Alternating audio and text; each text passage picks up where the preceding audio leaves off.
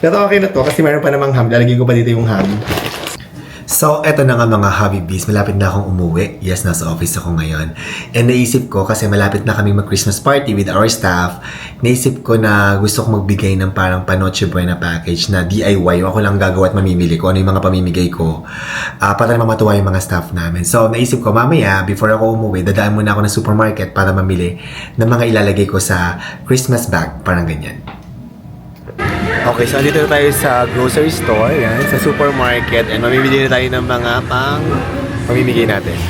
So, kukuha tayo ng mga Filipino style spaghetti sauce. Kukuha din tayo ng spaghetti pasta noodles. Kukuha din tayo ng elbow macaroni para sa macaroni salad.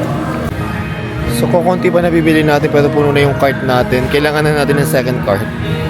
Siyempre, maglalagay din tayo ng corned beef para may lahok ang ating spaghetti. Para naman masarap, hindi pwedeng sauce lang.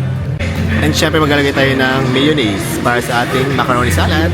Hindi pala itong mayonnaise, parang all-purpose dressing. So, palitan natin ng mayonnaise. Ito ang real mayonnaise. Yan. So, bumili din tayo ng pineapple tidbits at saka ng condensed para naman mas masarap yung macaroni salad, diba? Kukuha din tayo ng cheese. Ito para mas makatipid. 99 dalawa na. O diba, dalawa na mabibigyan ko niyan. Lagyan din natin ng pasas ang macaroni. Tapos bumili na rin ako ng luncheon meat para sa spaghetti siguro. And naglagay na rin ako ng today's fruit cocktail. Ayan. Last na yan.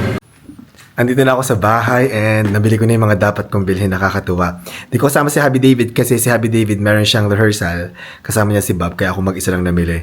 Nakakapagod. Buti na tinulungan ako ng mga nasa supermarket para bitbitin yung 4 na cart na binili ko. So, ang struggle ko naman ngayon is ako lang mag-isa ang magbubuhat ng mga pinamili ko kasi tulog na si Tia Julie tsaka si Ate Rose. Si Happy David is paparating pa lang. Grabe, pinagpawisan ako pagbubuhat pero para akong nag-gym. Ito yung mga binuhat kong mga kahon, guys. Natapos ko din. Ayan, guys, ang bibigat ng mga yan, oh. Mag-isa ko lang siyang binuhat. Yan. Ilang kahon yan? 1, 2, 3, 4, 5, 6, 7, 8, 9 na kahon. Nakakaloka. At dahil marami-rami itong aking ipapak, ang gagawin ko, gagawa lang muna ako ng isa, tapos chat ko si Ate Rose na sabihin ko bukas gayahin nila para matapos nila bukas ng umaga pagkagising nila. And may nabili ako online ito. Dito ko ilalagay. Ito parang eco bag na Merry Christmas, di ba? Dito ko ilalagay, sana magkasya yung mga pinamili ko. So yung isang pack natin, lalagyan natin ng spaghetti pasta na 900 grams, elbow macaroni na 400 grams, isang Nestle cream, meron tayong cheese, meron tayong raisins, pasas, spaghetti sauce, mayonnaise, merong corned beef, merong condensed milk, merong maling, ayan, at saka merong today's mixed fruits. And bibigyan ko rin sila ng paborito naming ham kasi marami akong binili para ibigay sa mga staff namin. Ipasok na natin isa-isa. Sana magkasya dito. Kung ang kakasya naman kasi hindi naman din ganun kadami yung mga pinamili ko. So, yan. Lagay na natin.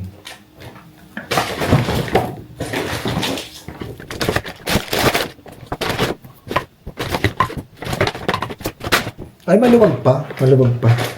Parang nagbabadya na kulang pa daw. Lagyan ko pa daw para mapuno. Pero okay na to kasi meron pa namang ham. Lalagay ko pa dito yung ham. So, ayan yung ating pamimigay sa ating mga staff. Sana matuwa sila dito. And sana makatulong to sa kanila sa Noche Buena. Kahit pa paano pa. Nakadagdag sa kanilang handa. Kung gusto nyo rin itong bag na nabili ko, ayan o. Lalagay ko sa comment section kung saan ko nabili. And medyo hindi pag tayo ng very light. Kaya ito yung mga nagawa ko, guys. Yan. Yan. Tapos parang kalahati lang yan. Yung kalahati, papatapos ko na lang kila Ate Rose tsaka kay Tia Julie bukas.